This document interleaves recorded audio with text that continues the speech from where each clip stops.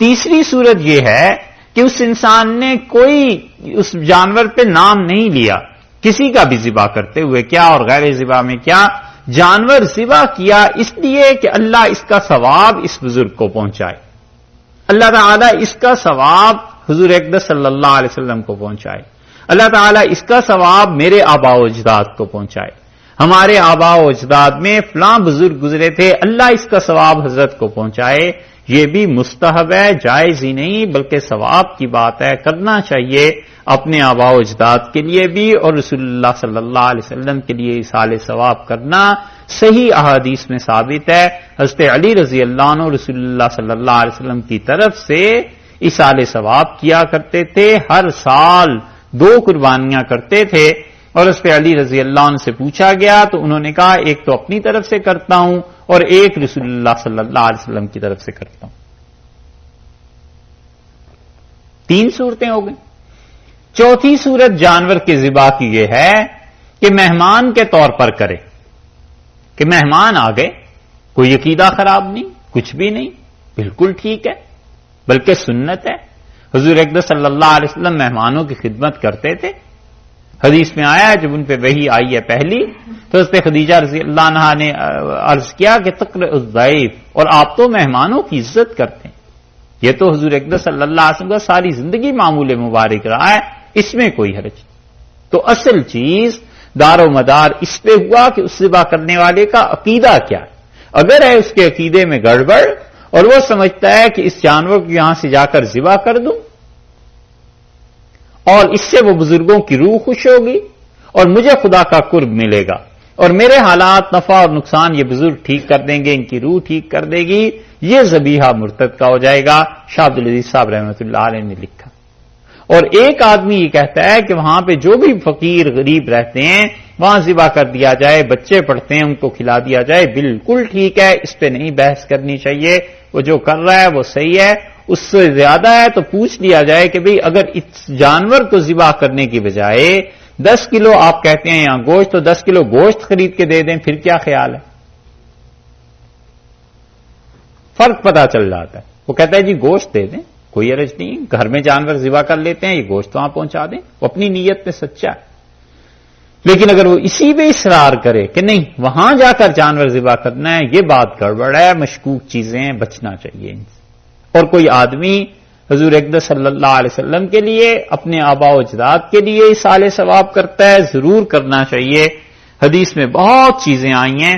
شامی نے جہاں کتاب الجنائز ہے، فقہ حنفی میں جہاں بحث ہے جنازہ کیسے پڑھا جائے گا، اس میں انہوں نے رسول اللہ صلی اللہ علیہ وسلم کی طرف سے ایصال ثواب پر بحث کرتے ہوئے غالباً موفق رحمت اللہ علیہ جو بہت بڑے حنفی مشائخ اور فقہا میں سے تھے، ان کا زندگی کا نقل کیا ہے کہ ان کی بڑی عمر تھی، بہت طویل عمر پائی، 130 سال سے زیادہ۔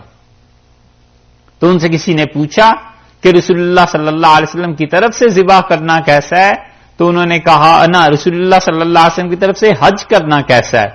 تو انہوں نے کہا 80 حج میں نے رسول اللہ صلی اللہ علیہ وسلم کی طرف سے کیے ہیں، اور مجھ سے فتویٰ پوچھتے 80 حج کیے انہوں نے۔ حضرت عبداللہ ابن عمر رضی اللہ عنہما کے متعلق بھی ایسے ہی ہے کہ وہ رسول اللہ صلی اللہ علیہ وسلم کی طرف سے عمرہ کرتے تھے آپ کی وفات کے بعد جب وہ مکہ مکرمہ آتے تھے، اس لیے یہ چیزیں قابل بحث نہیں، نہ اس میں کوئی اختلاف ہے کسی کا۔ بس مسئلہ اصل میں وہی ہے کہ اگر اس کی نیت یہ ہے کہ یہ صاحب قبر، یہ بزرگ، ان کے نام پہ میں ذبح کر رہا ہوں، ان کی روح خوش ہوگی، اللہ کا قرب مجھے حاصل ہو جائے گا، ان کی روح کی خوشی کے لیے اس کا نقصان ہے اور یہ ارتداد ہو جائے گا۔ یہ 2 چیزیں تھیں، ایک وہ جو مشرکین جانور چھوڑتے تھے بتوں کے لیے کہ اس سے وہ لوگ خوش ہوں گے، اس کو اللہ نے کہا بالکل ان کی حرمت نہ ماننا، بالکل غلط کہتے ہیں، جانور ہمارے، بندے ہمارے، عبادت بھی ہماری ہونی چاہیے۔ ایک یہ چیز جس کو وہ ذبح کرتے تھے اللہ کے علاوہ غیر کے لیے، اللہ نے کہا قطعاً نہ کھانا اس پرشاد کو اور اس تبرک کو اور اس کے قریب نہ جانا، دیکھو ہم نے حرام کیا ہے تم پر وہ چیز جو مردہ ہے، وہ چیز جو خون ہے، وہ چیز جو سور کا گوشت ہے، اور وہ جس پہ نام بلند کیا جائے اللہ کے علاوہ کسی اور کا، فمن اضطر، اور جو آدمی اضطرار کی حالت میں پڑ جائے، مجبور ہو جائے اتنا کہ زندگی موت کا مسئلہ بن جائے، اتنی اضطرار کی کیفیت طاری ہو جائے۔ اضطرار کا مطلب محض ضرورت نہیں، بلکہ اضطرار کا مطلب یہ ہے کہ کسی آدمی کی زندگی موت کا معاملہ بن جائے، شدید ضرورت پیش آ جائے اس میں۔ یہاں یہ بھی مسئلہ ہے نا کہ یہاں ذرا سی تنگی آئے تو پھر فتویٰ ہو جاتا ہے کہ جی یہ تو بس اضطرار کی کیفیت پیدا ہوگی، لہذا یہ بھی جائز ہو گیا۔ اضطرار سے کم تو صاحب بات ہی نہیں۔ اللہ نے کہا فمن اضطر، جس کو حقیقتاً ضرورت ایسی شدید پیش آ جائے، اور اس حقیقی ضرورت کے ساتھ ساتھ دو شرائط اور لگا دی۔ ایک تو ارشاد فرمایا کہ غیر باغن، نافرمانی نہ کرے، باغی بغاوت نافرمانی یہ چیز نہ کرے، اور دوسرے ولا عادن، اور زیادتی نہ کرے وہ انسان، تو پھر اس پہ کوئی گناہ نہیں، فلا اسم علیہ، اس کے ذمے کوئی گناہ نہیں ہے۔ یعنی اس آیت میں اضطراری حالت کا بیان کر دیا کہ بھوک سے مر رہا ہے، کھانے کے لیے کوئی حلال چیز موجود نہیں، یا کسی نے ظالم آدمی نے اسے جبر کیا کہ اسے کھاؤ، یہ ضرور ہے، اور نہ کھانے کی صورت میں جان کو خطرہ اس کی لاحق ہو گیا تو ضرورت کے تحت کھا لے گا۔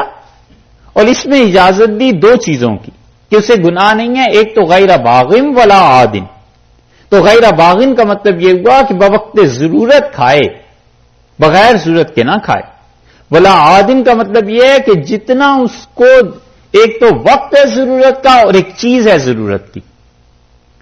وقت ضرورت کا آ گیا، دوپہر شام کوئی بھی وقت ضرورت کا وقت آ گیا، اور دوسری چیز ولا عادن، جتنی ضرورت ہے، مثلا 2 لقموں کی ضرورت تھی، مثلا 10 لقموں کی ضرورت تھی، ولا عادن، اور اتنا کھائے بس جتنی ضرورت ہے۔ یہ تھوڑا ہی ہے کہ پھر پلیٹ بھر کے گھر بھی لے جائے، ساتھ باندھ بھی لے۔ تو ارشاد فرمایا یہ چیز تو دیکھو، ان اللہ غفور الرحیم، اللہ مغفرت کرتا ہے اور اللہ رحم فرمانے والا ہے، اللہ تعالی مہربانی فرمانے والا ہے۔ یہ جو عقیقے میں ذبح ہوتا ہے، یہ بھی دیکھو اس عالمگیری کے جزیے، وہ جو ہم نے عرض کیا آپ سے عبارت، اس کے مقابلے میں کہ جانور کو ذبح کرتا ہے مکان کی بنیاد رکھتے ہوئے کہ جنات نقصان نہ پہنچائیں، تو اللہ کے علاوہ غیر کی عبادت ہو گئی نا جنات کی، اسی لیے فتاوی میں فتویٰ یہ دیا گیا کہ وہ کافر ہو گیا۔ عقیقہ کرتا ہے تو اس میں اللہ کے لیے ذبح کرتا ہے کہ پروردگار یہ اس خوشی میں ذبح کرتا ہوں کہ تو اس بچے کو محفوظ رکھ ہر قسم کی آفت سے، بلا سے، تو اللہ کے لیے ذبح کرتا ہے نا، تو نتیجہ یہ کہ عبادت ہو گئی۔ اور وہاں جن کے لیے ذبح کرتا ہے کہ جن تو نقصان نہ پہنچانا، یہ تیری بھینٹ چڑھا رہا ہوں، نتیجہ یہ کہ کفر ہو گیا۔ سمجھے؟ یہ باتیں ہیں جو ایک دوسرے کے مقابل میں، اس لیے عقیقے میں ذبح اللہ کے نام پہ ہے، رسول اللہ صلی اللہ علیہ وسلم کرتے تھے، کھلاتے بھی تھے لوگوں کو۔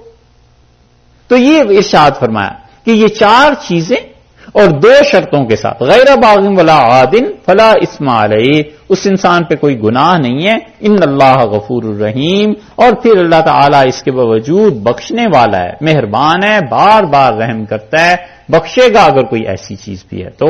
یعنی مطلب یہ کہ اگر تم غیر باغ ہو اور عاد بھی نہیں ہو، اتنا ہی لے رہے ہو جتنا ضرورت ہے، اور اس وقت جب ضرورت کا وقت آ گیا پھر گھبراؤ نہیں، اللہ تعالیٰ مغفرت فرمانے والا ہے، کوئی ذرا برابر اوپر نیچے ہو بھی گئی چیز ہماری رحمت سے توقع رکھو، ہم مہربانی کریں۔ یہ مسئلہ سمجھ میں آیا؟ اس پہ کچھ کہیے اگر آپ نے پوچھنا ہے تو۔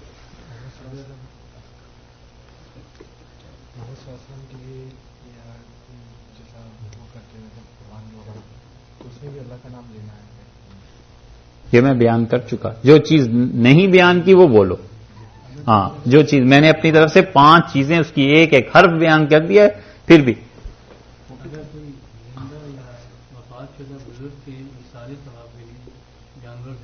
یہ بھی بیان کر دیا تھا۔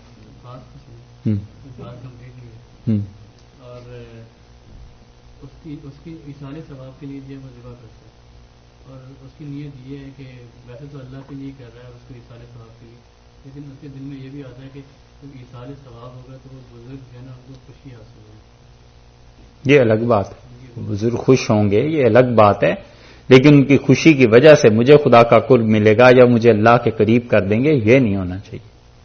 یہ اس حد تک جائے گا، وہ کوئی ایسی بات صدقے میں جب ذبح کرتے ہیں کسی کی بیماری وغیرہ جو صدقہ اللہ تعالیٰ کی بالکل ٹھیک ہے، وہ بھی اسی لیے ہوتا ہے کہ اللہ اس کو قبول کر لے، یہ نیکی ہے، اور نیکی گناہ کو ہٹا دیتی ہے، مصیبت کو دور کر دیتی ہے، صدقہ حدیث میں آیا ہے بلا کو رد کر دیتا ہے، یہ بھی ٹھیک ہے۔ کچھ لوگ صدقے کے تحت جانور جو چھوڑ دینے کی بات کرتے ہیں، جانور چھوڑ بھی دیتے ہیں صدقے میں کی ذبح ہے، کہاں چھوڑ دیتے؟ بازار میں گھومتا رہے، جدھر مرضی منہ مارے، جو مرضی کھائے پیے، یہ درست ہے۔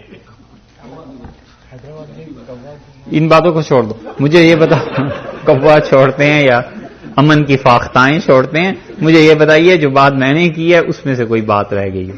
جی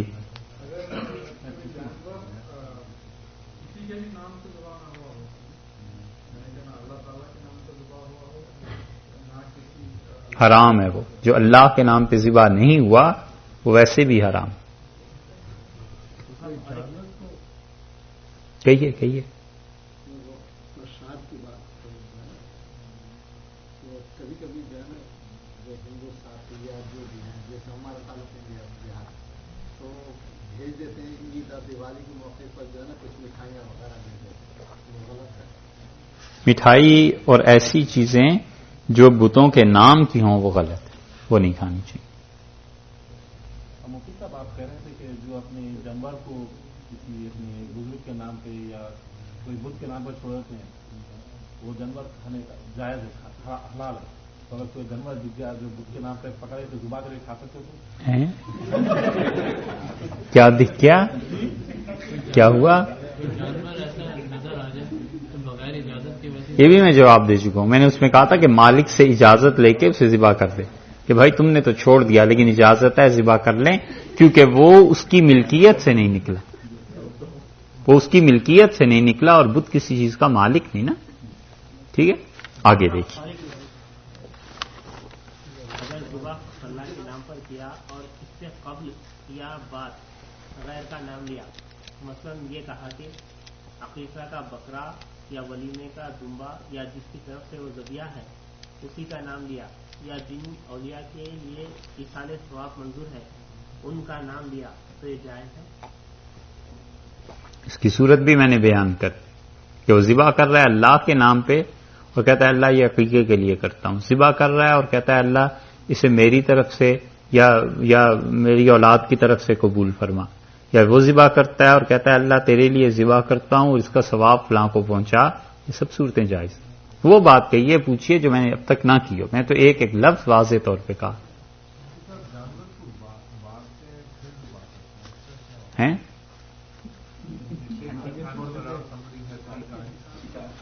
جان وار دیتے ہیں یار، جانور کیا چیز ہے؟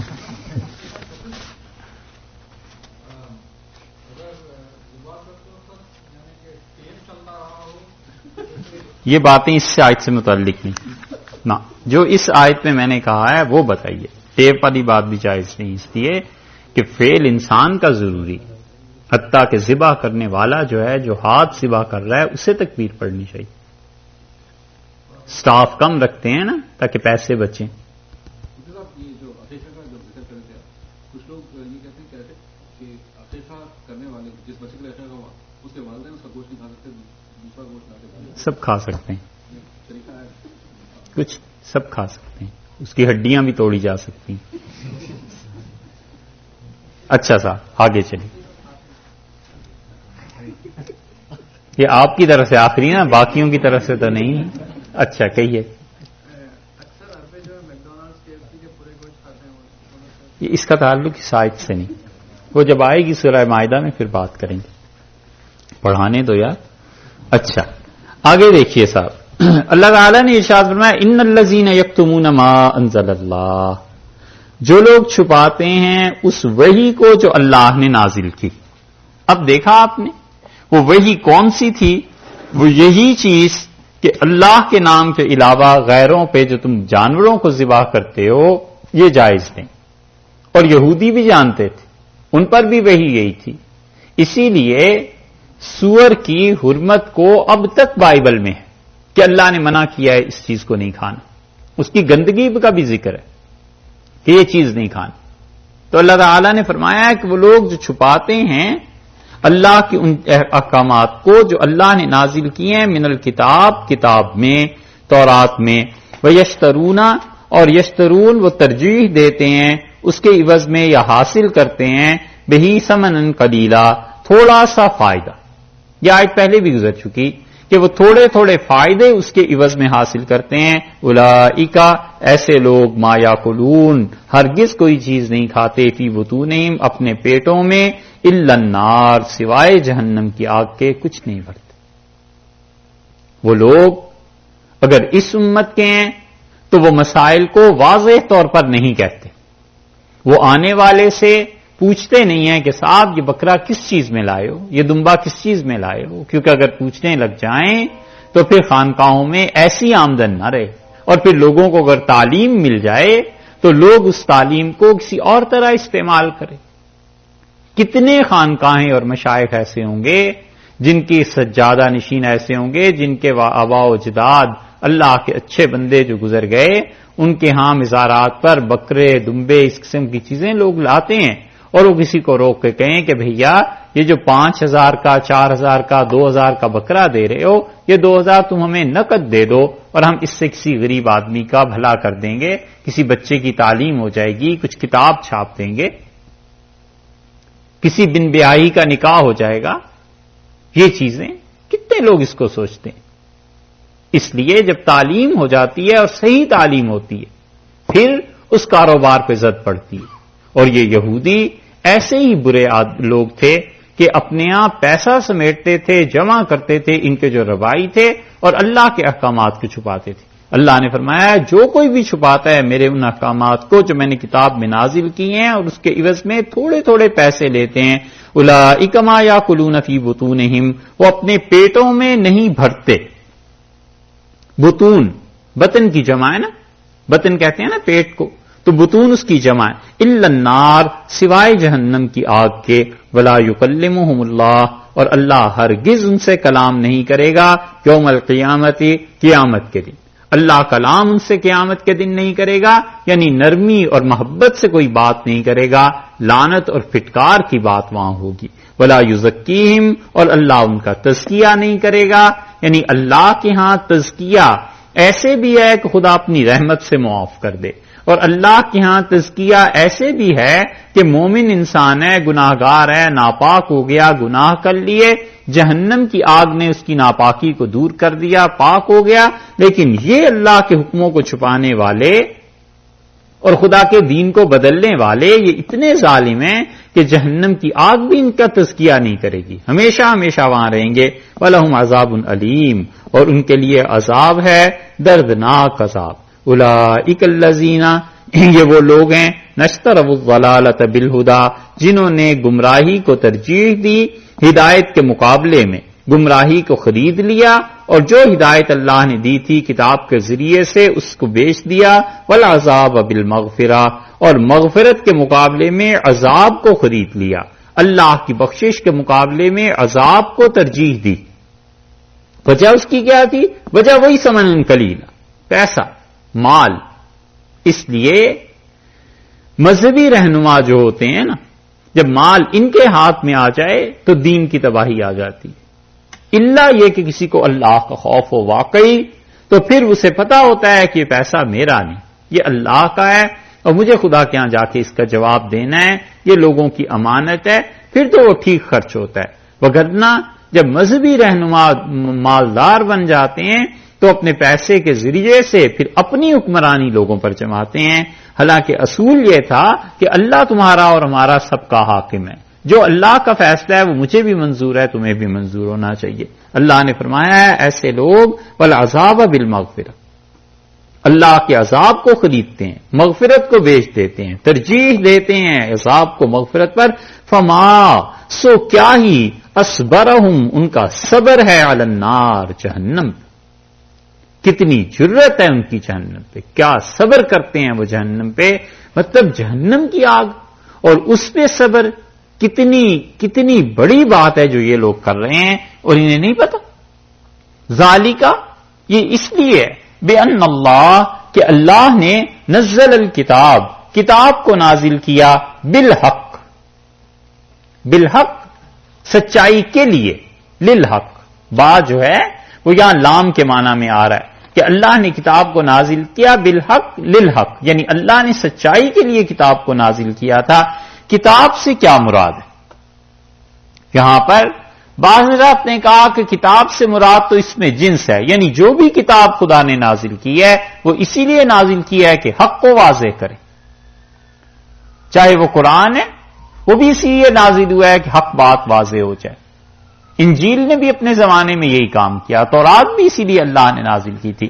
اور بعض کہتے ہیں کہ یہاں چونکہ پیچھے سے یہودیوں کا تذکرہ چل رہا ہے کہ یہودی اس طرح کرتے ہیں اور لوگوں کو لوٹتے ہیں، اس لیے یہاں پر ارشاد فرمایا کہ بِأَنَّ اللَّهَ نَزَّلَ الْكِتَابَ، اللہ نے تورات کو نازل کیا تھا سچائی کے بیان کے لیے، وَإِنَّ الَّذِينَ اخْتَلَفُوا فِي الْكِتَابِ، اور وہ لوگ جو کتاب کے بارے میں اختلاف کر رہے ہیں، جو اللہ کی اس کتاب کے احکامات کے بارے میں اختلاف کر رہے ہیں، جو خدا کی کتاب کو اختلافات کا نشانہ بنا رہے ہیں، لفی شقاقن، ضد میں پڑ گئے ہیں، بڑی دور جا پڑے، یعنی ان میں ضد ہے بس اور کچھ نہیں، باقی حق انہیں بھی سمجھ آتا ہے کہ سچی بات کیا ہے، صحیح بات کیا ہے، لیکن محض ضد ہے اور اس ضد کی وجہ سے وہ حق کی طرف آ نہیں رہے۔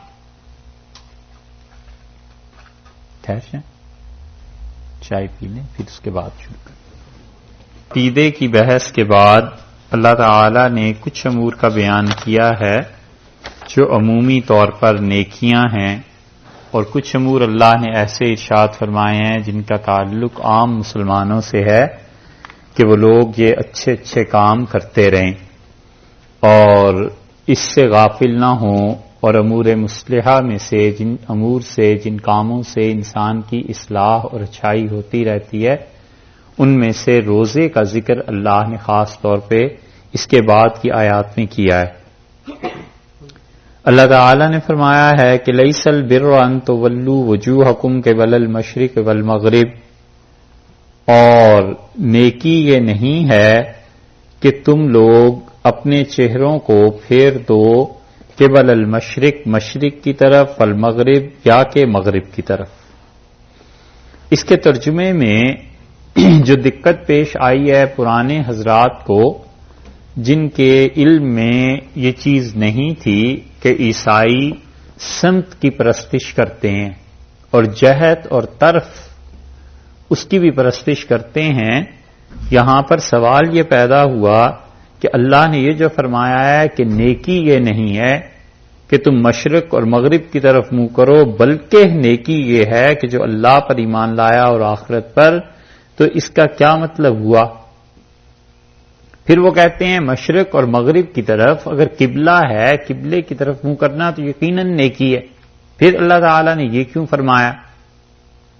تو اس سے بچنے کے لیے انہوں نے بہت سی چیزیں لکھی ہیں، لیکن بالکل بے غبار اور بے تکلف بات مولانا عبد الماجد صاحب دریابادی مرحوم نے رحمت اللہ علیہ نے ایک جگہ لکھی ہے، اور وہ کہتے ہیں کہ چونکہ وہ پرستش کرتے تھے مشرق کی اور گرجے بناتے تھے اس کی طرف، اور ان کا عقیدہ یہ تھا کہ حضرت مریم کا جو حجرہ تھا یا حضرت عیسیٰ علیہ السلام کی پیدائش جو تھی یا جس دروازے سے وہ تشریف لے گئی تھی وہ ساری کی سارا مشرق کی طرف کا رخ تھا، تو اس لیے مشرق کی طرف مقدس ہے ان کے نزدیک۔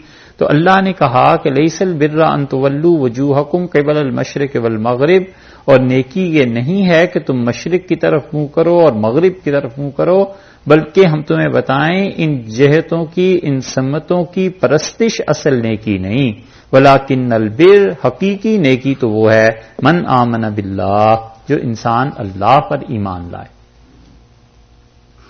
سمجھے؟ یہ ہے بلا تکلف جو حضرت نے لکھا ہے، اور بہت اچھی بات لکھی ہے۔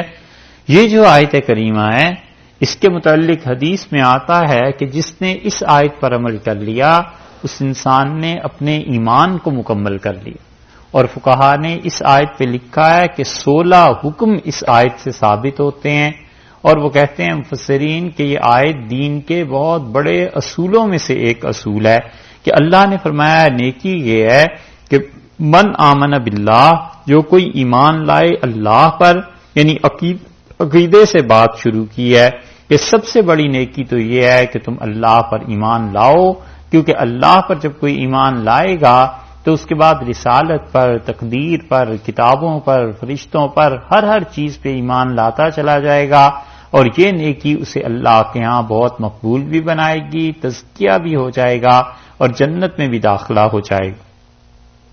والیوم الآخر، اور ارشاد فرمایا کہ دوسری نیکی جو حقیقت میں کرنے کی ہے وہ یہ کہ آخرت پر ایمان رکھو، کیونکہ جس انسان کا ایمان آخرت پر نہیں ہوگا وہ عدل قائم نہیں کر سکے گا، انصاف قائم نہیں کر سکے گا، اور اس دنیا میں بہت بڑی نیکیوں میں سے ایک نیکی اس شخص کی ہے جو اس دنیا میں عدل کو قائم کرے اور انصاف کو ہاتھ سے نہ جانے دے۔ والملائکہ، اور ارشاد فرمایا کہ تیسری بات یہ ہے کہ تم اللہ کے فرشتوں پر ایمان لاؤ، یعنی اللہ نے ایک ایسی مخلوق پیدا کی ہے جو مخلوق اللہ کے کام اس دنیا میں انجام دیتی ہے، اور اللہ نے مختلف کام ان کے ذمے لگا رکھے ہیں۔ والکتاب، اور کتاب پر ایمان لاؤ، یعنی اس چیز پہ کہ اس کائنات میں ہمیشہ اللہ کی طرف سے بندوں کی رہنمائی ہوتی رہی ہے، اور بندے کبھی بھی نہیں کہہ سکتے کہ فلاں دور ایسا ہم پہ گزرا ہے جس دور میں اللہ تک پہنچنے کی راہ نہیں ملی۔ اس لیے آپ دیکھیں گے بار بار کتاب کا ذکر آتا کہ ہماری کتاب سے جو لوگ غافل ہیں، کتاب میں اترنے والے حکم کو بیان نہیں کرتے، لعنت ہے ان پہ جن لوگوں نے کتاب کو پیٹھ کے پیچھے ڈال دیا۔ بار بار آتا ہے نا ذکر کتاب کا، اس سے پتہ چلنا چاہیے اور یہ بات ماننی چاہیے، تسلیم کرنی چاہیے کہ اللہ کی کتاب کا علم کتنا ضروری ہے۔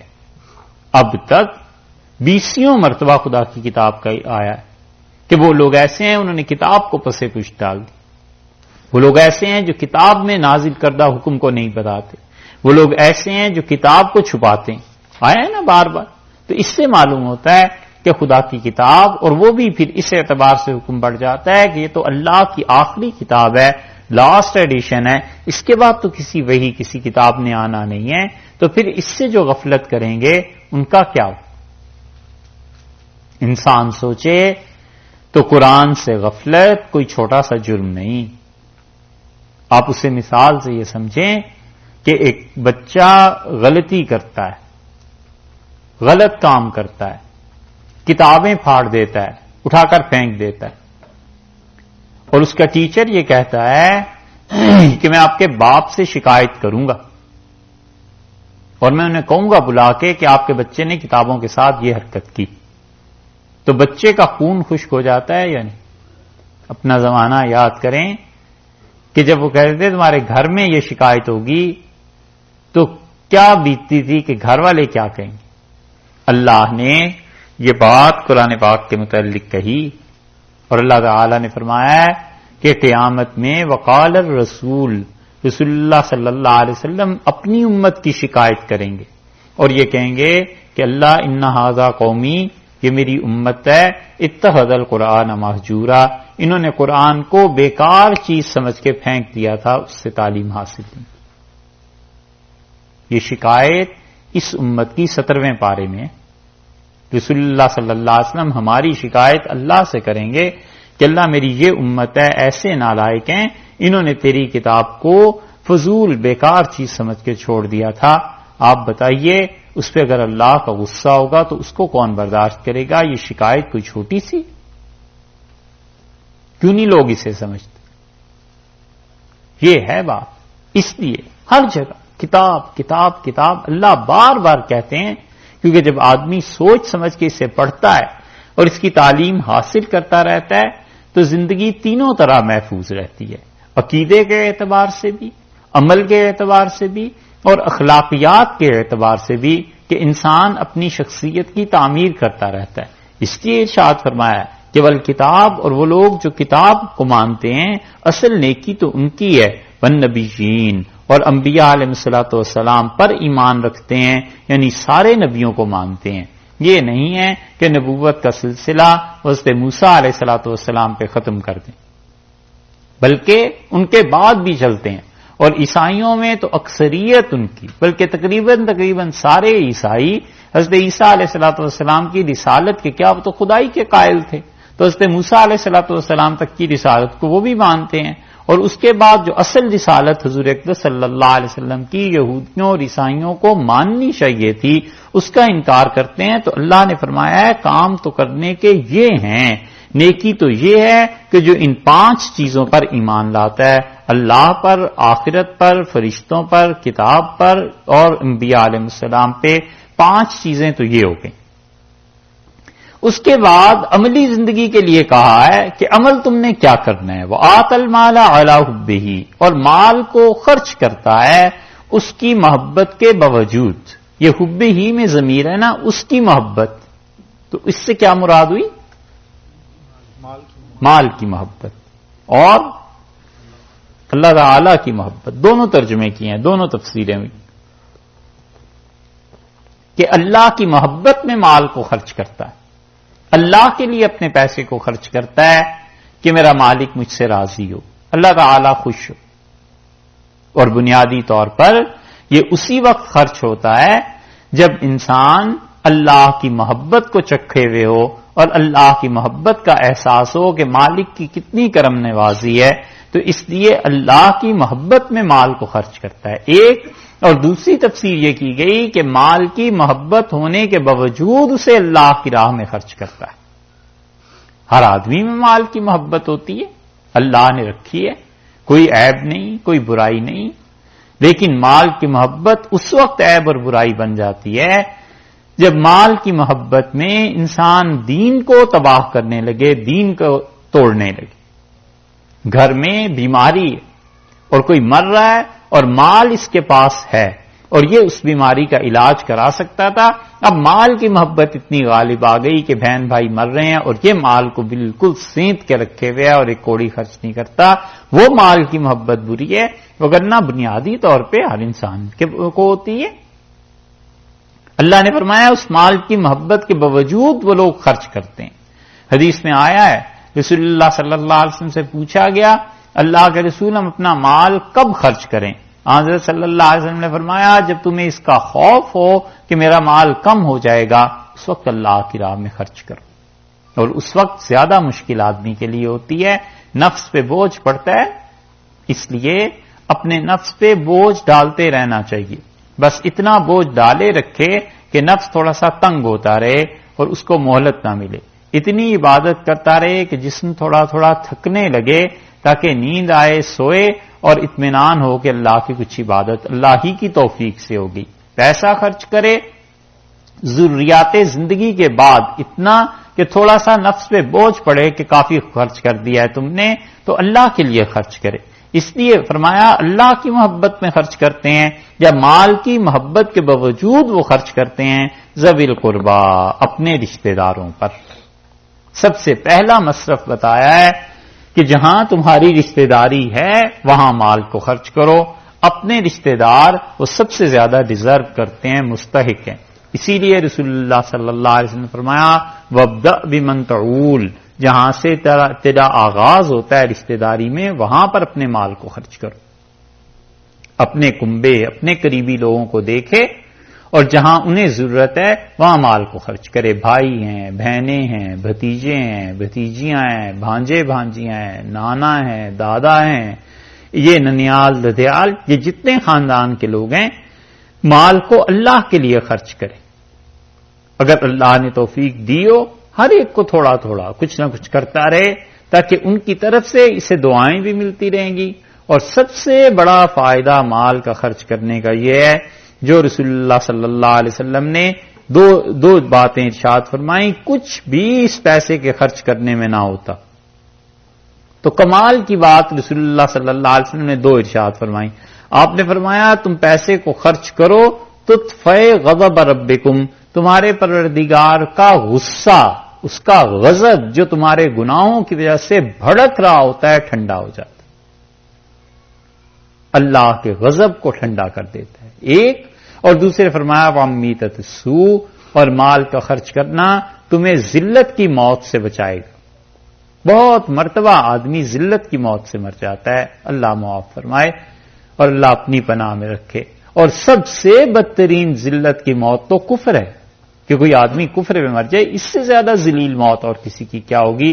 حضور اقدس صلی اللہ علیہ وسلم نے فرمایا مال خرچ کرتے رہو اور دو چیزوں سے بچے رہو گے، اللہ کا غضب نہیں نازل ہوگا، اور دوسری چیز یہ ارشاد فرمائی کہ دیکھو اس کے ساتھ ساتھ ذلت کی موت سے تم بچ جاؤ گے۔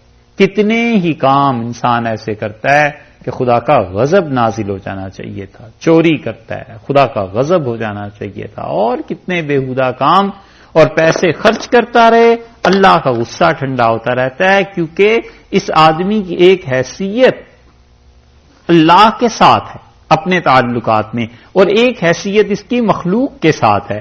تو اللہ تعالیٰ اپنے غضب کو اس پہ نازل نہیں کرتا کہ میرے اس بندے سے میری مخلوق کو فائدہ پہنچ رہا ہے، یہ دوسری حیثیت اس کی بہت بڑی ہے، تو اللہ تعالیٰ ہی سے توفیق اگرچہ دیتے ہیں لیکن مہربانی فرماتے ہیں اور غصہ اس سے ہٹتا رہتا ہے۔ سب سے پہلے فرمایا ان پہ خرچ کرو جو تمہارے رشتہ دار ہیں، والیتامى، یتیموں پر خرچ کرو، یتیموں کے لیے کوئی آدمی مطلب ان کا نگران نہیں ہوتا، ان کے کھانے پینے کا بندوبست، ان کی رہائش، تعلیم، کتنی چیزیں ایسی ہیں، ان کے متعلق فرمایا کہ ان یتیموں پر خرچ کرو۔ اسی طرح جو مدارس میں بچے پڑھنے آتے ہیں بہت سے یتیم بچے ہوتے ہیں، کوئی ان کو رکھنے والا نہیں ہوتا، اور اس لیے والدہ بھیج دیتی ہے کہ ان بچوں کی پرورش کا کوئی بندوبست نہیں، وہ بھی اس میں شامل ہیں۔ والمساکین، اور ارشاد فرمایا کہ مسکینوں پر خرچ کرو۔ مسکین وہ جس کی تشریح پہلے بھی گزر چکی، اللہ تعالیٰ نے فرمایا جو مٹی میں مل جاتا ہے، ضروریات اس کی زندگی کی پوری نہیں ہو پاتی۔ وابن السبیل، اور ان پہ خرچ کرو جو راستے کے بیٹے ہیں، راستے کے بیٹے یعنی مسافر جو ہیں، ان مسافروں پہ اپنے مال کو خرچ کرو۔ سفر میں کئی طرح کی چیزیں پیش آ جاتی ہیں، مثلا ایک آدمی مسافر ہے اور رہائش کے لیے جگہ نہیں مل رہی، اس کے لیے خرچ کرو۔ کھانے میں اسے دقت ہے، اس کے لیے خرچ کر دو۔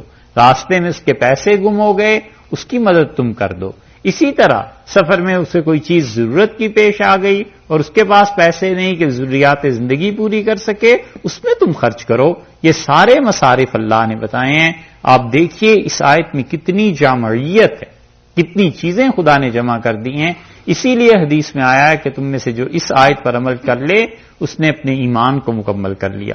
والسائلین، اور اپنے پیسے کو خرچ کرو ان لوگوں پر جو سوال کرنے والے ہیں۔ تو سب سے پہلے ارشاد فرمایا تھا کہ ذوی القربہ، رشتہ داروں پر، دوسرے نمبر پہ ارشاد ہوا یتیموں پر، اور تیسرے نمبر پہ ارشاد فرمایا کہ مساکین پر، اور چوتھے نمبر پہ ارشاد فرمایا کہ مسافروں پر، اور اس کے بعد ارشاد فرمایا کہ والسائلین، اور ان پر جو سوال کرتے ہیں ان پہ بھی اپنے مال کو خرچ کرو۔ سائلین اور مساکین میں فرق یہ ہے کہ مسکین سوال نہیں کرتا، وہ مانگتا نہیں ہے، اور سائل وہ سوال کرتا ہے، وہ مانگتا ہے۔ تو فرمایا دونوں پہ خرچ کرو۔ بہت سے اللہ کے لیے مانگتے ہیں، اللہ کے لیے خرچ کرتے رہو۔ اور پھر رقاب، اور گردنوں کو آزاد کرنے میں اپنا مال خرچ کرو۔ گردنوں کو آزاد کرنا، انسانوں کو آزاد کرنا، تین اس کی تفسیریں کی گئی ہیں۔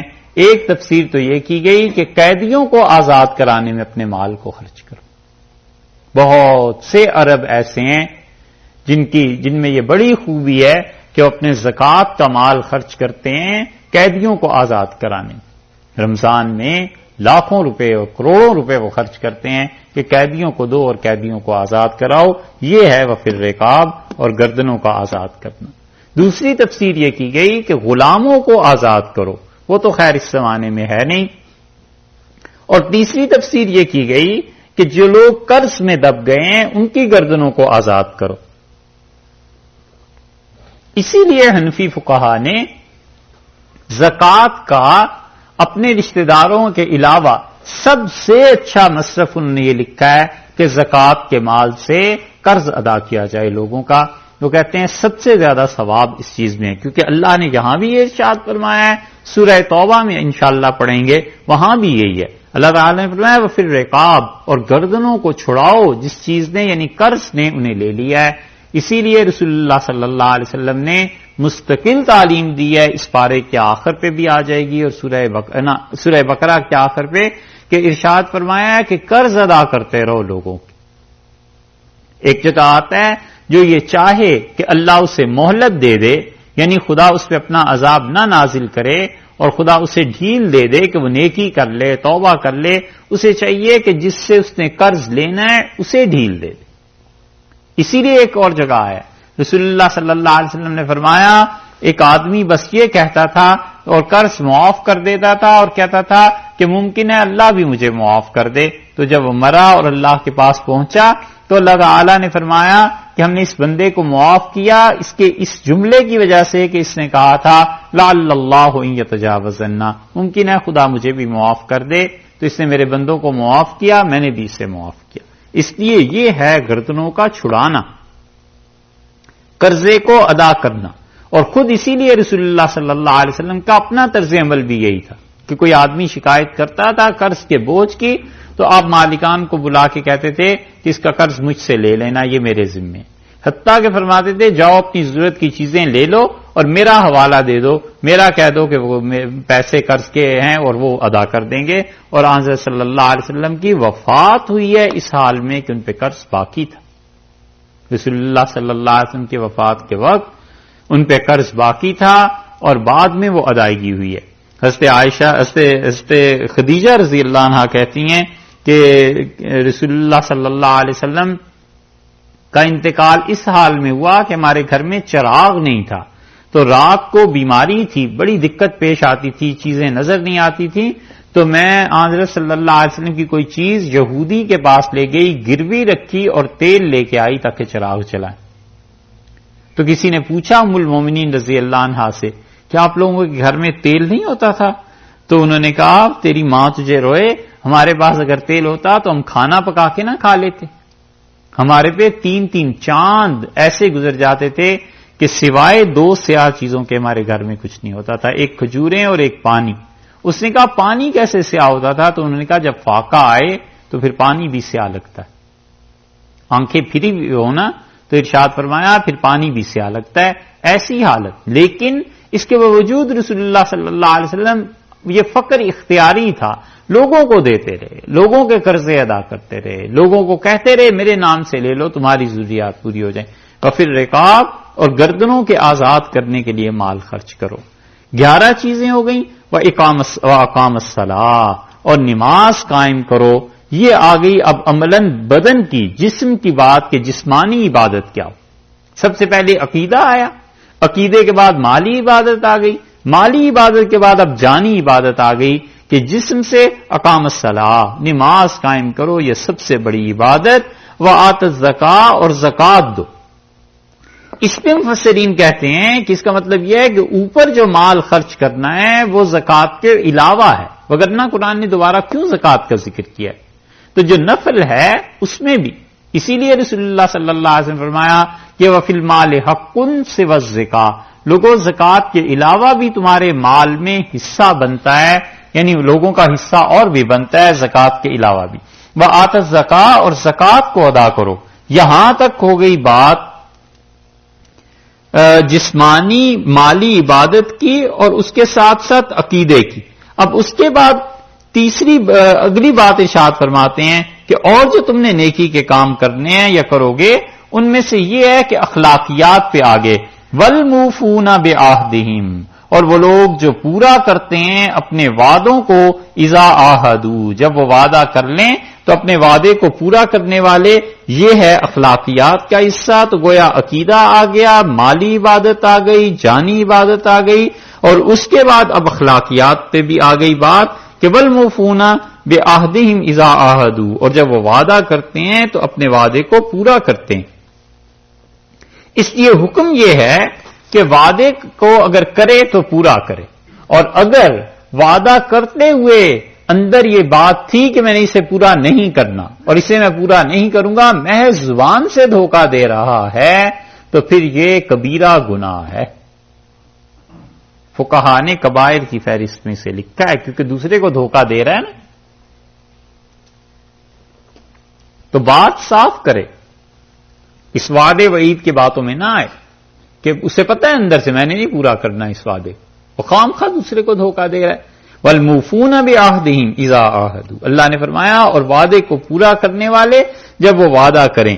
والصابرین اور صبر کرنے والے، فی البأساء تنگی میں. باسا اور ضرا دو لفظ استعمال کیے ہیں کہ تنگی اور تکلیف میں صبر کرنے والے. فی الباساء مال کی سختی، مالی سختیوں کے لیے عام طور پہ استعمال ہوتا ہے. پیسے کم پڑ گئے، ضروریات بڑھ گئیں، اخراجات زیادہ ہو گئے، قرض کا بوجھ آ گیا اور 10 چیزیں ہو جاتی ہیں.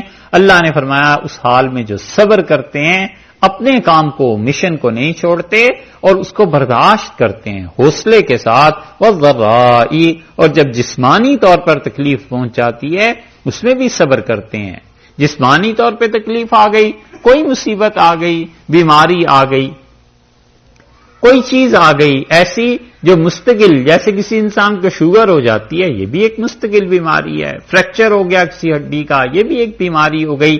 اس میں جو گزرتی ہے کہ انسان اپنی ایکٹیویٹی ساری نہیں کر سکتا، اس میں اللہ نے کہا ہے تعلیم یہ دی کہ والضراء اور جسمانی تکلیف جو پہنچتی ہے اس میں بھی صبر کرتے ہیں. یعنی جو نیکی کے کام، اچھائی کے کرنے ہیں ان سے پیچھے نہیں ہٹتے. اور یہ ہوتا ہے کہ خدا جب صحت دے گا پھر اسی عزم و جرت سے کریں گے. اب صحت اتنی نہیں ہے لہذا جس ڈگری میں ہے اس ڈگری میں تو کریں، چھوڑ کیوں دیں. وحین الباس اور جب انہیں جنگ پیش آتی ہے، جب لڑائی ہوتی ہے تو اس وقت بھی وہ صبر کرتے ہیں اور اس وقت بھی وہ میدان جنگ سے بھاگتے نہیں. یہ 16 نیکیاں ہیں. اولئک الذین صدقوا، یہ لوگ ہیں جو سچے ہیں. یہ صدیقیت ایسے ہی نہیں آتی. ارشاد فرمایا ان 16 کاموں کو کرو گے یہ ہے سچائی. من آمن باللہ 1 والیوم الآخر 2 والملائکہ 3 والکتاب 4 والنبیین 5 وآت المال علی حبہ ذوی القربى 6 والیتامى 7 والمساکین 8 وابن السبیل 9 والسائلین 10 وفی الرقاب 11 واقام الصلاۃ 12 وآت الزکاۃ 13 والموفون بعہدہم اذا عاہدوا 14 والصابرین فی الباساء والضراء 15 وحین الباس 16. یہ 16 حکم ہیں اور چاروں چیزوں کو اللہ نے جمع کر دیا، عقیدے کو، مالی عبادت کو، جسمانی عبادت کو اور اخلاقیات کو. فرمایا اس پہ عمل کرو. جو لوگ اس پہ عمل کرتے ہیں اولئک الذین صدقوا، وہ لوگ ہیں جو سچے ہیں. واولئک هم المتقون، اور وہ لوگ ہیں جو متقی ہیں، پرہیزگار ہیں. یہ ہے تقوی. ھدی للمتقین، اس قرآن سے وہ فائدہ اٹھاتا ہے جو متقی ہے. اولئک هم المتقون.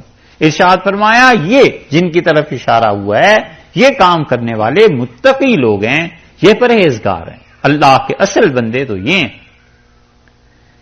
دوسری چیز ان عبادات کی جنرلی عبادات ہو گئی نا یہ 16. اب 3-4 چیزیں ایسی ہیں جن کو خاص طور پر لائے. ان میں سے ایک چیز تو یہ لائے ہیں کہ دیکھو انتظامی امور جو معاشرے میں قائم کرنے ہیں ان میں سے سب سے بڑی بات تو انسانوں کی جان کا مسئلہ ہے، زندگی کا تحفظ ہے. ایک دوسری بات اسی سے ملتی جلتی ارشاد فرمائی کہ کوئی آدمی اگر مر رہا ہے تو اسے کیا کرنا ہے. 2 اور تیسری بات یہ ارشاد فرمائی کہ روزے کے متعلق کہ روزہ جو ہے وہ امور مصلحہ میں سے ہے اور وہ جو ہے روزہ اس میں اصلاح ہوتی ہے. روزے رکھنے کے متعلق یہ 3 چیزیں ارشاد فرمائیں. یہ 16 نیکیاں گن لی یا میں دوبارہ گن ہیں جی؟ اچھا. وَلَٰكِنَّ الْبِرَّ مَنْ آمَنَ بِاللَّهِ، نیکی تو اس انسان کی ہے پہلی جو انسان اللہ پر ایمان لایا. وَالْيَوْمِ الْآخِرِ اور دوسری نیکی کرنے کی یہ کہ آخرت پہ ایمان لائے. والملائکہ تیسری نیکی یہ کہ فرشتوں پہ ایمان لائے. والکتاب چوتھی نیکی یہ ہے کہ کتاب کو مانے. اور 5ویں نیکی یہ کہ والنبیین انبیاء علیہ الصلوۃ والسلام ان پر ایمان لائے. 5 ہو گئی.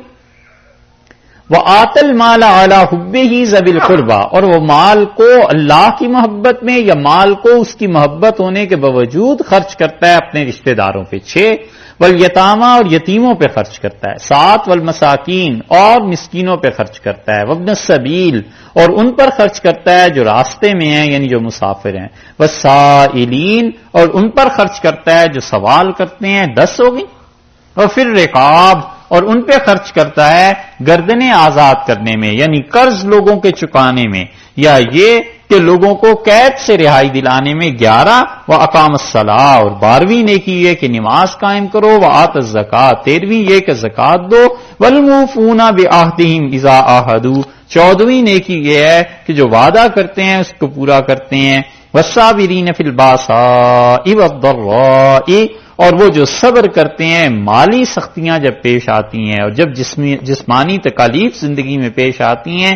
15ویں نیکی ہوئی وحین الباس اور جب جہاد ہوتا ہے، جنگ ہوتا ہے تو اس میں وہ ثابت قدم رہتے ہیں، تکلیف برداشت کرتے ہیں۔ یہ 16 نیکیاں اولئک الذین صدقوا یہ لوگ ہیں جو سچے ہیں، واولئک هم المتقون اور یہ لوگ ہیں جو نیک ہیں۔ یا ایھا الذین آمنوا اے ایمان والو، پہلا کام ان جنرلی عمومی نیکیوں کے بعد ملک کو چلانے میں اپنی حکومت میں جو کرنا ہے ان میں سے ایک کام پہلا یہاں بتاتے ہیں کہ کتب علیکم القصاص فرض کیا گیا ہے تم پہ بدلے کا لینا۔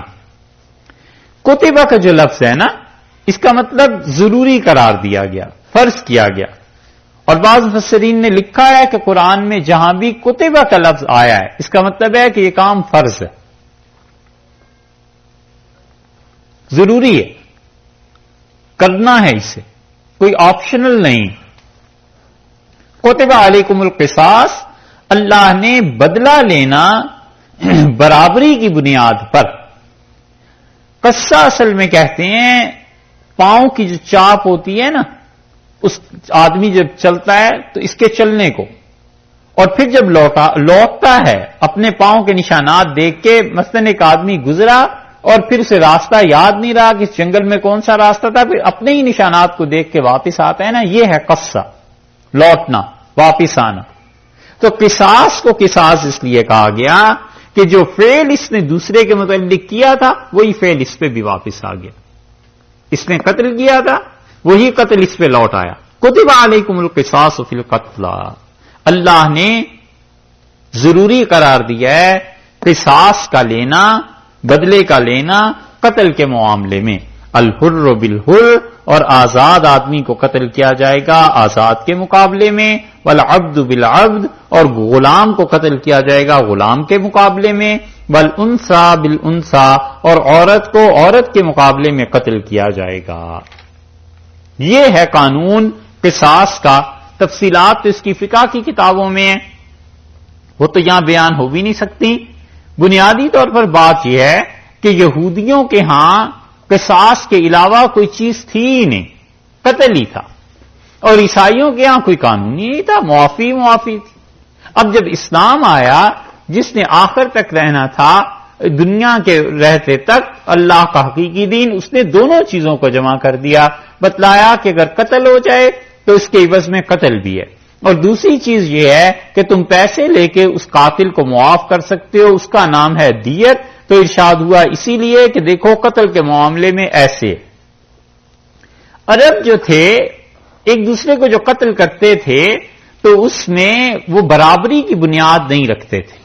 مثلا ایک قبیلے کا سردار کسی نے مار دیا تو وہ کہتے تھے ہمارا سردار مارا گیا ہے، یہ 1000 آدمیوں کے برابر تھا، تو تمہارے قبیلے میں سے 1000 مارے جائیں پھر یہ سردار کا خون پورا ہوتا ہے، 100 کے برابر تھا، جتنی وہ چاہتے تھے پھر لگا لیتے تھے۔ اللہ نے بتایا ہے کہ دیکھو یہ بات نہیں ہے، انسانی جان اور زندگی سب کی برابر ہے، حتیٰ کہ حنفی فقہا اس طرف گئے ہیں کہ وہ کہتے ہیں کہ وہ غیر مسلم آدمی جو اسلامک سٹیٹ میں رہتا ہو، جس کی ذمہ داری حکومت نے لی ہو، اگر اس کا قاتل مسلمان ہے تو مسلمان کو بھی اس کے عوض میں قتل کیا جائے گا۔ مثلا کوئی ہندو ہے، عیسائی ہے اور سعودیہ میں رہتا ہے یا ایسی سٹیٹ میں جو مسلمانوں کی ہے، اور وہاں پہ کسی مسلمان نے غیر مسلم کو قتل کر دیا، تو ہمارے فقہا یہ کہتے ہیں کہ یہ مسلمان اس کے خون کے عوض میں قتل کیا جائے گا، کیونکہ قصاص کی بنیاد برابری ہے۔ یہ جو اللہ تعالیٰ نے فرمایا کہ آزاد کے عوض میں آزاد اور غلام کے عوض میں غلام، یہ اس خاص وجہ سے فرمایا ہے کہ وہاں ایسا قانون تھا، وگرنہ آزاد کے عوض میں غلام کو بھی قتل کیا جا سکتا ہے، اور عورت کے عوض میں مرد کو، اور مرد کے عورت میں عوض کو یہ بھی قتل کیا جائے گا۔ عورت ہے اور اس نے آدمی کو مار دیا، اس عورت کو قتل کیا جائے، اور مرد ہے اس نے عورت کو مار دیا تو اس مرد کو قتل کیا جائے۔ یہ نہیں ہے کہ خون جو ہے وہ برابری کی بنیاد پہ نہیں، خون برابر ہے سب کا، حتیٰ کہ کافر کا خون مسلمان سے قتل کر دے اسلامی ریاست میں وہاں بھی برابر ہے، اس کو مارا جائے گا۔ اس کے عوض میں ایک صورت کافروں کی مستثنا ہے اور وہ ہے جنگ، حربی کافر۔ ہمیشہ دو کافروں میں فرق کرتے رہنا، ایک حربی کافر ہیں وہ جو لڑائی کے لیے اترے ہیں میدان جنگ میں، ان کا حکم بالکل مختلف ہے، وہ تو اترے ہی اس لیے کہ تمہیں مارے، پھر تم مارو یا وہ مارے، پھر تو جس کا ہاتھ چل جائے، جس کا غلبہ ہو جائے۔ اور ایک کافر وہ ہیں جو امن سے رہتے ہیں، حربی نہیں، لڑائی والے نہیں۔ ہمارے زمانے میں کافروں کی بالعموم حکومتیں جو ہیں یورپ میں خاص طور پہ، یہ حربی کافر نہیں ہیں، لڑنے والی نہیں۔ پبلک کو کیا پڑی ہے کہ کسی مسلمان سے اٹھ کے ایسے ہی لڑنے لگے، قتل کرنے لگے؟ تو اس لیے ان کا حکم مختلف ہے، حربی کافر کا حکم مختلف ہے۔ ان دو کو آپس میں جب گڑبڑ کر دیتے ہیں نا لوگ، پھر وہ نتیجہ یہ نکلتا ہے کہ وہ ان چیزوں کو سمجھ نہیں پاتے، اور وہ کہتے ہیں کہ اللہ نے کافروں کے متعلق کہا انہیں مارو، تو بھئی کن کافروں کے متعلق؟ جو امن و اطمینان سے رہ رہے ہیں، اللہ نے ان کے متعلق تو نہیں کہا۔ اللہ نے تو کہا ان کے متعلق جو حربی کافر جو میدان جنگ میں تمہارے سامنے آ گئے ہیں، اب تو مارنا ہی ہے، یا وہ مار لیں یا تم مار۔ ذمی کافر جن کی ذمہ داری لی ہے، اسلامک اسٹیٹ نے ویزا دے دیا کہ تم ہمارے ملک میں آ سکتے ہو، مسلمان حکومت رسپانسبل ہے، ذمہ دار ہے اس آدمی کے تحفظ کی، اس کے جان کی، مال کی۔ پاکستان ایمبیسی ہندوؤں کو، سکھوں کو، عیسائیوں کو ویزا دیتی ہے کہ تم ہمارے ملک میں چلے جاؤ، یہ ذمہ داری ہے۔ ایسے نہیں ہے کہ انہیں قتل کر دیا جائے اس لیے کہ یہ کافر ہیں، وہ ان کا خون بڑا شدید ہے۔ حدیث میں آیا ہے، حضور اقدس صلی اللہ علیہ وسلم نے فرمایا، جس نے ذمی کافر کو مارا قیامت میں اس کا وکیل بن جاؤں گا۔ یہ تو مقدمہ جب چلے گا نا کسی پہ کہ تم نے ایک ہندو کو کیوں مار دیا تھا، پاکستان میں، سعودیہ میں سکھ آ گیا، ہندو آ گئے، عیسائی آ گئے، حکومت نے انہیں ویزا دیا کہ تمہاری ذمہ داری میں ہو، تو اب مسلمانوں نے مار دیا اسے، خدا کیا جواب دیں گے کہ تم نے کیوں مار دیا؟ یہ حربی کافر تھوڑا ہی ہے۔ اسی وجہ سے پہلے تو اچھلتے رہے بہت ساری دنیا میں کہ امریکہ والے جتنے قتل کرو، جہاں بھی امریکن تمہیں کوئی مل جائے مار دو اسے، یہی ہوتے رہے نا فتوے۔ اور جب حکومت اپنی بنانے کی باری آئی تو پھر کہنے لگے کہ جیو اور جینے دو کی پالیسی پہ عمل کرتے ہیں۔ اسی لیے جن لوگوں میں اعتدال تھا انہوں نے اس وقت بھی کہا کہ صاحب آخر امریکن ہر باشندے کو مارنا یہ کس طرح ثابت ہے، کیونکہ وہ حربی کافر نہیں، لڑنے کے لیے نہیں آیا، پبلک ہے، عام شہری ہے، تو عام شہری کا اس میں کیا تعلق ہے؟ اس وقت انہوں نے کہا عام شہری بھی مارنے ہیں، جہاں کہیں ملے مارو ہی نہیں، اس لیے کہ ہمارے خلاف، اسلام کے خلاف جنگ کر رہے ہیں۔ اچھا جی ٹھیک ہے، چلو ہو گیا فتویٰ۔ اب 2 سال بعد جب انتخابات ہوئے اور حکومت بنانے کی باری آئی تو اب وہ فتویٰ بدل گیا۔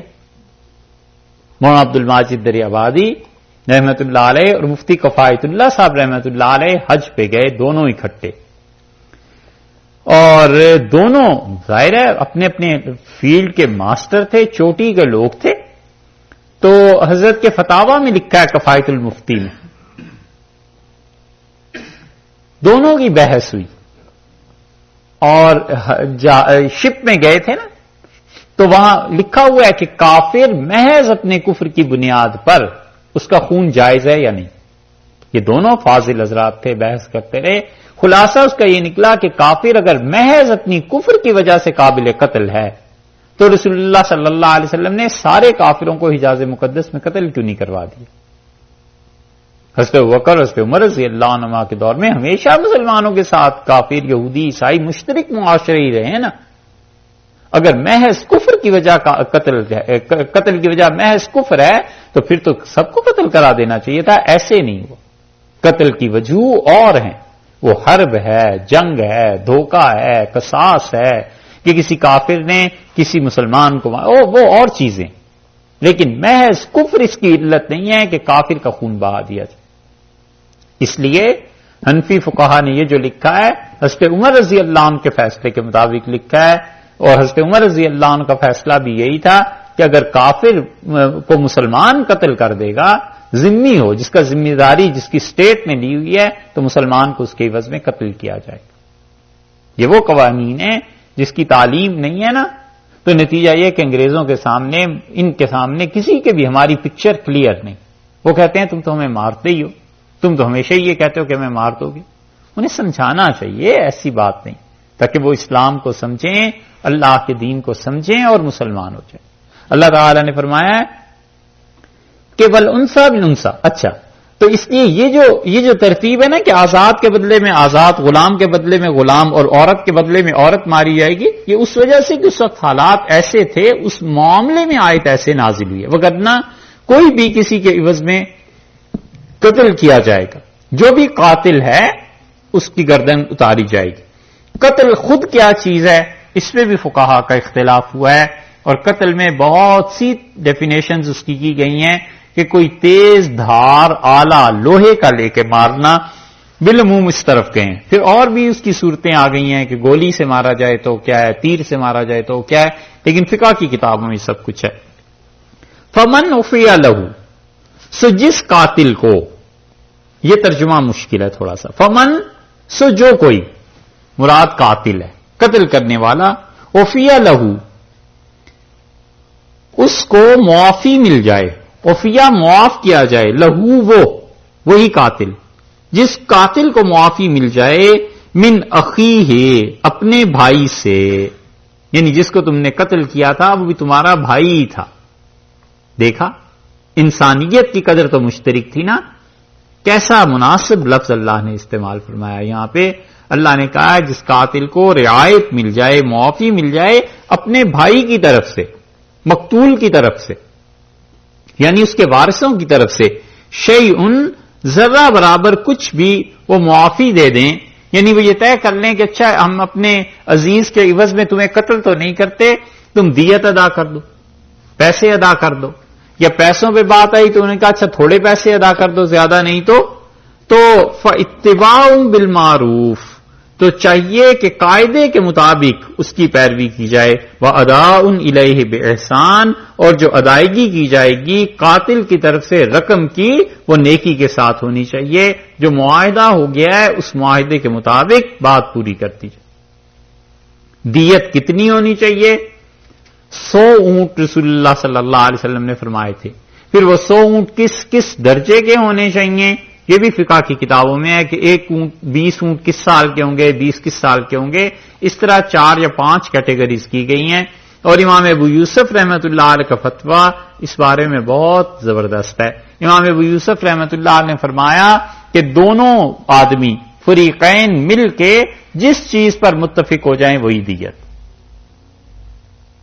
عام طور پہ عبادات کے معاملے میں امام ابو حنیفہ رحمۃ اللہ علیہ کے فتوے پہ عمل ہوتا ہے، کیونکہ امام صاحب رحمۃ اللہ علیہ میں زبردست احتیاط تھی عبادت کے معاملے میں، اور امام ابو یوسف رحمۃ اللہ علیہ کے فتوے پہ عمل ہوتا ہے قضاء کے معاملے میں، چونکہ وہ عملاً قاضی رہے ہیں اور فیصلے کرتے رہے ہیں عدالتوں میں، اس لیے امام ابو یوسف رحمۃ اللہ علیہ کے قول کو قاضی حضرات بہت ترجیح دیتے تھے۔ وَأَدَاءٌ إِلَيْهِ بِإِحْسَانٍ، اللہ نے فرمایا وہ احسان، نیکی کے ساتھ اس کی ادائیگی، ذالک، یہ جو ہم حکم دے رہے ہیں، تخفیفن، یہ کمی کر رہے ہیں، یہ تخفیف من ربکم، تمہارے پروردگار کی طرف سے کمی یعنی رعایت ہے۔ اگر اللہ یہ حکم نہ دیتا اور کہتا قتل کے عوض میں قتل ہی ہونا ہے تو پھر تم کیا کر سکتے تھے؟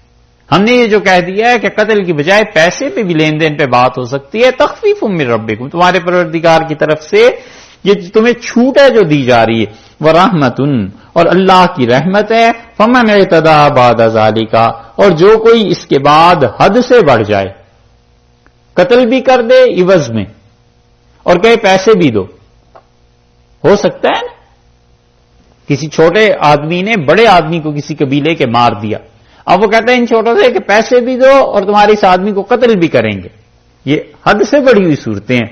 فمن اعتدی بعد ذالک، اور جو کوئی اس کے بعد حد سے بڑھ جائے، فلہ عذاب علیم، اس کے لیے المناک عذاب ہے، یعنی قیامت میں اسے دیں گے۔ وَلَكُمْ فِي الْقِصَاصِ، اور لوگوں تمہارے لیے اس قانون میں، قصاص میں، حیات، زندگی، ایسا جامع فکرہ ہے کہ ایسا فکرہ کوئی کیا بنا سکتا ہے. اللہ نے فرمایا اس قصاص میں زندگی ہے تمہارے لیے. مطلب یہ ہے کہ اگر اپنی زندگی کا تحفظ چاہتے ہو اس قانون کو نافذ کرو. جب لوگوں کو پتا ہوگا کہ میں سر اتاروں گا اور میرا بھی سر اتر جائے گا، میں ماروں گا تو مجھے بھی مار دیں گے، سب کچھ کر جائے گا، لڑائی جھگڑا گالم گلوچ ہاتھا پائی قتل پر نہیں پہنچتی بات. سعودیہ میں اسی لیے دیکھیں آپ یہ عرب کس کس حد تک چلے جاتے ہیں، قتل نہیں کرتا کیونکہ اسے پتا ہے میں نے قتل کیا مجھ پہ بھی قتل کی سزا نافذ ہو جائے گی. وَلَكُمْ فِي الْقِصَاصِ حَيَاتٌ، لوگوں تمہارے لیے زندگی ہے اس قصاص میں اگر اپنی زندگی چاہتے ہو اس قصاص کے قانون کو. اور کہیں بھی ہمارے ملکوں میں یعنی جہاں پہ یہ قانون نہیں ہے، خاص طور پہ ہمارے ملک میں یہ قانون نافذ ہو جائے اور لوگوں کو برسر عام قاتلوں کو پھانسیاں دینے لگیں یا پھر پیسے کے معاملات طے کرنے لگیں، بڑا فرق پڑ جائے. لیکن لوگوں نے کبھی سر اترتے دیکھا ہو تو پھر پتا ہو نا، سر اترتا ہے نا جب بڑی دہشت بڑا روب ہوتا ہے اس کا. دیکھا کہیں نہیں، جدہ میں سر اتارتے ہیں کئی لوگ جنہوں نے دیکھا ہے، یعنی سر اترنے کے منظر کو دیکھ کے کپڑے گیلے ہو گئے اور ساری زندگی کے لیے توبہ کر لی کہ آئندہ اس منظر کو بھی نہیں دیکھنا. انسان کا سر اترنا کوئی چھوٹی سی چیز تھوڑا ہی. وَلَكُمْ فِي الْقِصَاصِ حَيَاتٌ، لوگوں تمہارے لیے زندگی ہے یہ قصاص کا قانون. یا اولی الالباب، اے عقل والو اگر عقل ہے اس قانون کو نافذ کرو. لعلکم تتقون، تاکہ تم متقی بن جاؤ، پرہیزگار بن جاؤ. کیسے پرہیزگار بن جاؤ گے؟ امن کا ماحول قائم ہو جائے گا، پتا ہوگا کہ کوئی کچھ نہیں کہتا. امن کا ماحول جب بن جائے گا خدا کی عبادت ہو سکے گی، انسان اپنے کام صحیح طرح انجام دے سکے گا. امن کا ماحول بن جائے گا، حلال کا رزق کما سکے گا. تو نتیجہ یہ کہ اس کے مقابلے میں اس کے نتیجے میں تقویٰ پیدا ہوگا. تم یہ کرو، کتب علیکم اذا حضر احدکم الموت.